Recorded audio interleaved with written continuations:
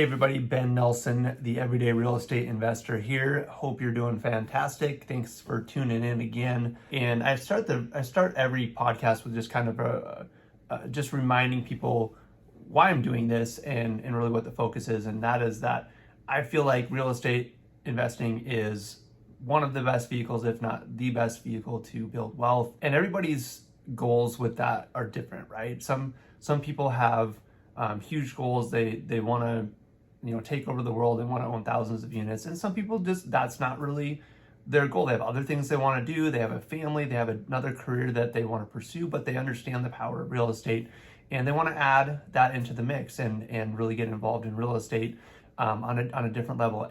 And whatever level that you want to be involved in, that's okay. You have to define that for yourself. And I don't want busyness and distraction and other things to be an excuse for people. I want people to know that they can go out and build wealth in real estate and fit it in. And I'm trying to provide tips and insights and mindset and tools and all those things to be able to make, have people be able to be more effective with their time and not maybe spend as much time, it definitely takes time to learn and understand and really get to know what it takes, and learn your market and strategy and all that stuff. So there's not a fix for time. There is time involvement and things that you have to do, but you can be more efficient and there's ways you can do that and you can shortcut it and, learn from others and utilize tools and things like that to help you be more efficient and more effective and be able to fit it in a little bit easier in your busy schedule. So again, thanks again for tuning in. Today we are going to talk about lessons from my very first deal. And I think there's a lot of great ones in here. And if you're just starting out, this hopefully will speak to you. But I think a lot of these lessons will also speak to those that maybe have a little bit more experience and maybe just kind of, there's some mindset mixed in here for sure, some philosophy as always. So I'm going to just jump right into it and we'll talk about 4 things that I learned from my very first deal, which was about a decade ago. So the very first one is you can start small. Even very, very small. Now, my first deal, it wasn't actually technically real estate. I still do some of these when they come up just because I've done so many of them. And so I just am known in the area. And so I get opportunities. And so I still, with the right opportunity, I'll take it on and do it. But it was a manufactured home in a manufactured home community on leased land. So technically not real estate, personal property on leased land. And remember, this was almost a decade ago. So, pricing's a little different, but I got that house for a grand total of $2,000. So about as small as you can possibly go to get your foot in the door for any type of real estate or housing investment. So it was very, very small, a very small investment. It did need some work. I needed to put some work into it for sure.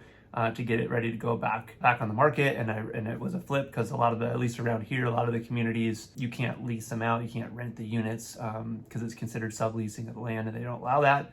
Other markets it's a little different, and it's kind of park by park, but here you couldn't. So you're kind of stuck with a flip, or you could sell or carry it or something like that. You can carry the financing, but you can't rent it. A couple things so if you're mindset or whatever, you just resources, whatever the reason that you maybe need to start small, don't think that really small is too small. Like, what's the point? Why would I even do that? Small is fine. Small is great. It gets your foot in the door.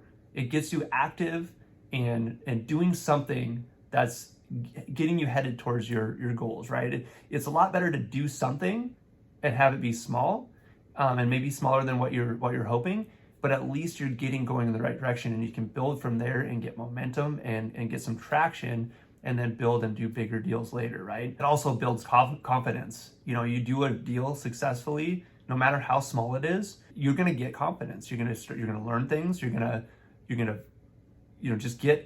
know that, hey, I pulled this off. I can do something a little bit bigger. I learned a little bit about remodeling. I learned a little bit about how to handle the process.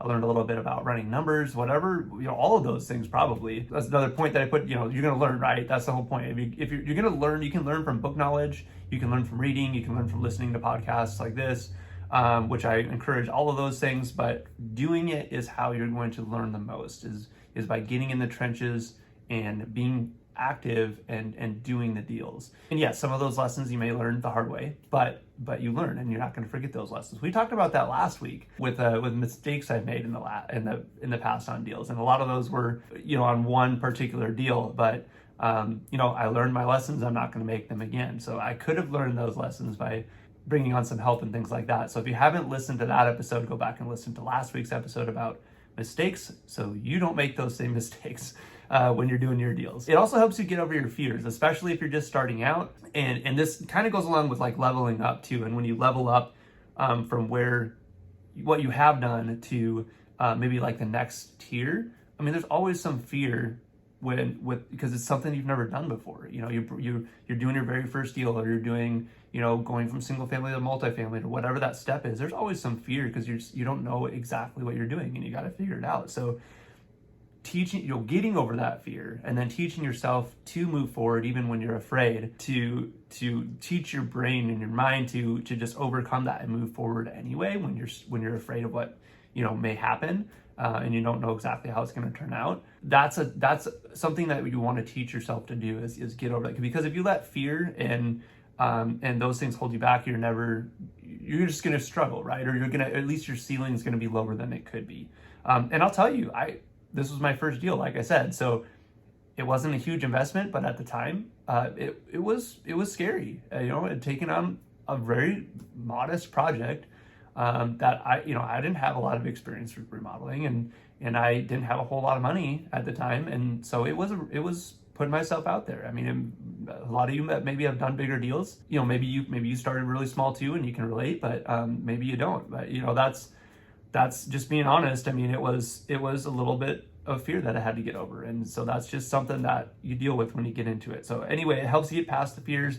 And like I said, it at least gets you started, and you can grow from there. So get in the game, whatever that level is, and then you can continue to build from there. This is a big one. So I'll get into the scenario here in a second, but just the lesson is don't make assumptions. Just kind of general numbers.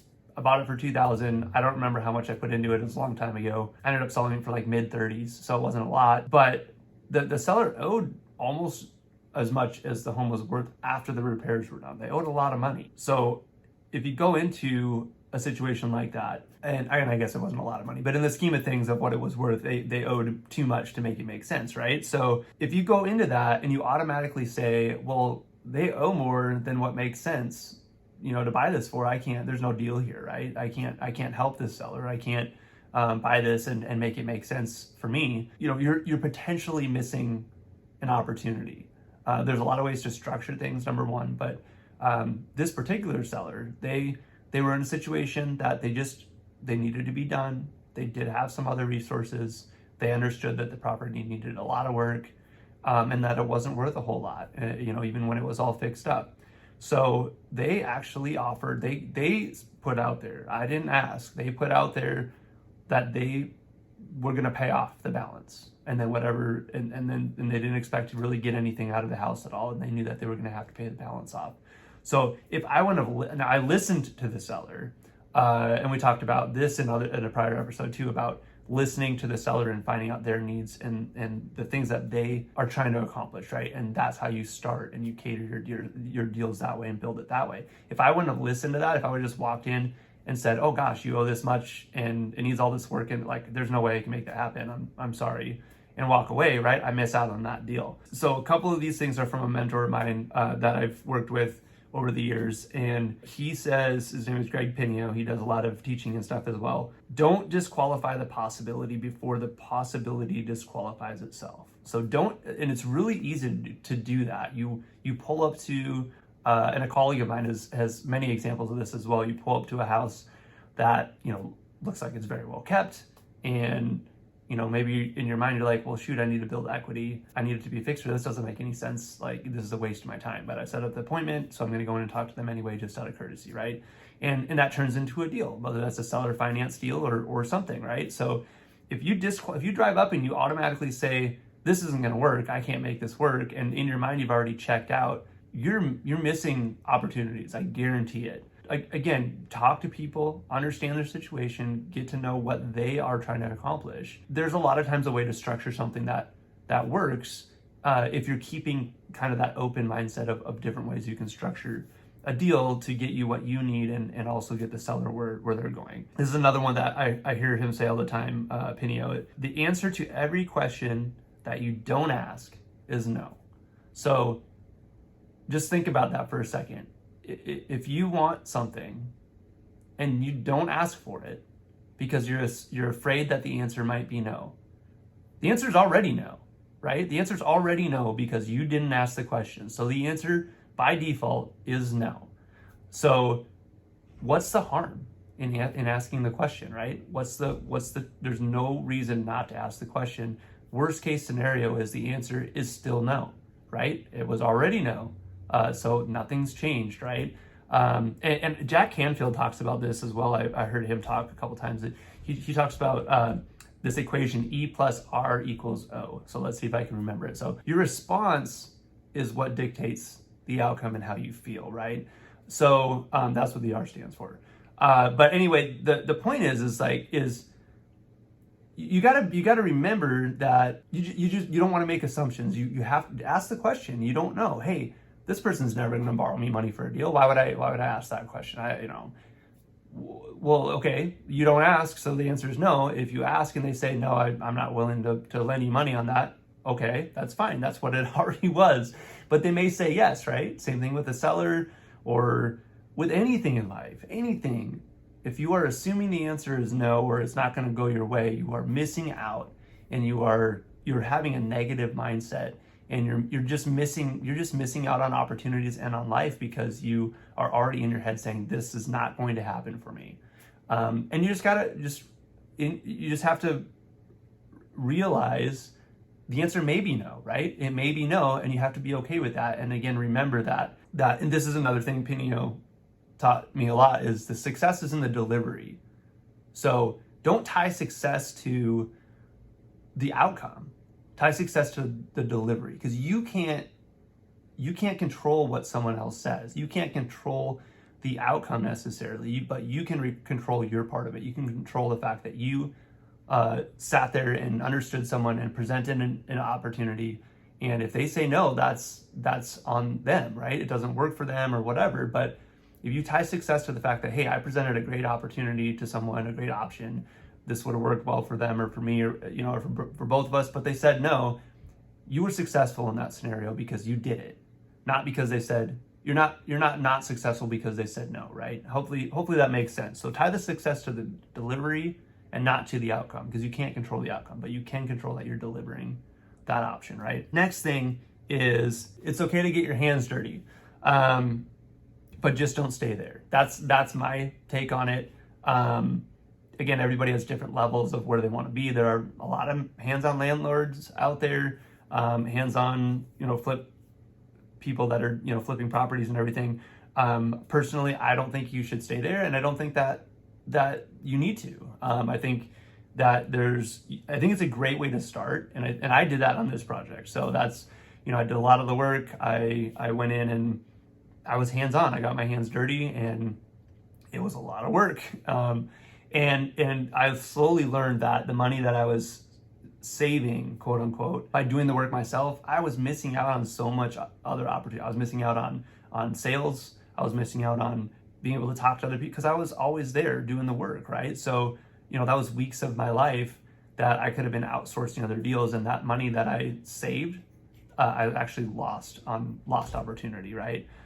So just calculate that in. And again, it's okay to do it at the beginning, especially if you're trying to do it to understand construction or to just kind of understand the process. But I just encourage you not to stay there and to figure out a way to scale up where you're not the work in the deal and you're hiring that stuff out so you can go out and find more deals. And again, if you're busy and you're even struggling to get involved in real estate in the first place, how are you going to be at a job site every day to get things done? It's just not going to happen. And so you're either going to realize that and you're never going to do it because, I can't run a job site, I can't be there every day, or it's going to take you way, way longer, and you're actually going to lose money, or you're not going to make as much because someone that's in that profession can knock stuff out a lot quicker than you can doing it in your spare time. And last one really kind of ties in again with our discussion about working with sellers, and that is always focus on what the seller wants and needs first. You know, if you're going into a conversation, whether that's directly with a seller or with an agent who's working with a seller, and you're looking at it from only your perspective of, hey, what do I need to get out of this? If I would have walked in the door and honestly, actually, I walked into this as a listing appointment. It wasn't even with the purpose of buying it. It just kind of the conversation went that way. So it very much started with, you know, how can I help, right? And what's the best solution to make to get you where you're going, right? To talking to the seller. If I would have walked in though and said said in my head, hey, I need if I can't get this for this price, then this isn't going to work for me, and I'm going to walk away and end the conversation, then none of this would have happened, because it all stemmed from the conversation with the seller and her putting out there what she really needed to happen, and that was quick and easy, and she couldn't be there anymore just for emotional and personal reasons, and she needed to be done. And this was the best solution for her, and I would have missed that because we would never have had that conversation around that and about what she wanted to do and what she was able to do on her end to make that happen, and I would have missed out on an opportunity. So always focus on what the seller wants and needs first. I believe ethically that's how you should be approaching it anyway. I'm not a proponent of making money off other people by taking advantage of them, or convincing them of something or whatever. It needs to be structured on something that's what they want, that's what they need, and it also works for you. So just ethically, that's what I believe is a good deal, is that everybody walks away feeling like, wow, that really solved my problem. And I just bought another one this last week. It was the same exact thing, and they texted me when we closed. They were so grateful and thankful that I was able to step in and do something really quickly and take this. It was a burden to them, and they just were done and couldn't deal with it anymore. And so they had a guaranteed, quote unquote guaranteed, right? They had a solid deal. They knew it was going to close. I knew I was going to close. I made it really easy for them, and I'm going to make a little money. And again, I think I mentioned in my seller focus podcast that they want me to make money. They want me to succeed because I helped them. So they know that I'm going to make money. They want me to make money, and they're okay with that because they want me to succeed because I helped them with something. So those are the 4 lessons that I learned from my first deal. Start small. It's okay. You can always build. It builds confidence. It gets you going. It puts your foot in the door. All of those things help you get over fears. So just get started and get something going, even if it's small. Don't make assumptions. Don't assume the answer is no. Ask the question. Put the proposal out there. The worst case is they say no. The answer was already no. So no big deal. If they say yes, though, you've got a deal. So don't make assumptions. Oh, and on that note, I didn't touch earlier. So just because something doesn't work for you, or you would never say yes to something, doesn't mean someone else would not say yes to that, right? So we tend to project our own, like would I say yes to this? And if you wouldn't say yes to it, then why would the seller, right? Or why would somebody else say yes to that if I wouldn't do that? Don't project what you would do onto somebody else, because you don't know their situation necessarily. You don't know what they're willing to do until you have that conversation, right? So don't project that. Don't assume that. They very much may have different goals and things that they need to do, and things that they would like to do. And so just because you wouldn't say yes to something does not mean that they would not say yes to something. It's okay to get your hands dirty. Just don't stay there. Try to build in that structure and that cost. So you're not there every day. You're not doing remodels. You're not managing your properties. I don't do any of that. I'm high level management. I make sure it gets done, but I'm not there daily swinging the hammer. I don't manage my own rental properties. I don't do any of that stuff. So, and then always focus on what the seller wants and needs first. That is a priority, and that's how you're going to create deals that are win-win. That's how you build a reputation of helping people, and that's how people know that you're doing the right thing, and your reputation will will spread and people know that you're treating them right, and all of those things, which helps you build your business long term. So hopefully that was helpful. Thanks again for listening. I'm going to mention again, I'm getting closer every week on launching the platform to have everyone come in and connect. So keep your eyes and ears open for more on that. My goal is to get that kind of launched here in the next couple weeks, and then we can look forward to connecting with people on that platform and providing some additional content and tools and resources through that, and just kind of bringing a community together that we can help each other and spur each other on, and encourage each other, and give each other tips and advice, and just kind of connect and network. So looking forward to that. That's it for now.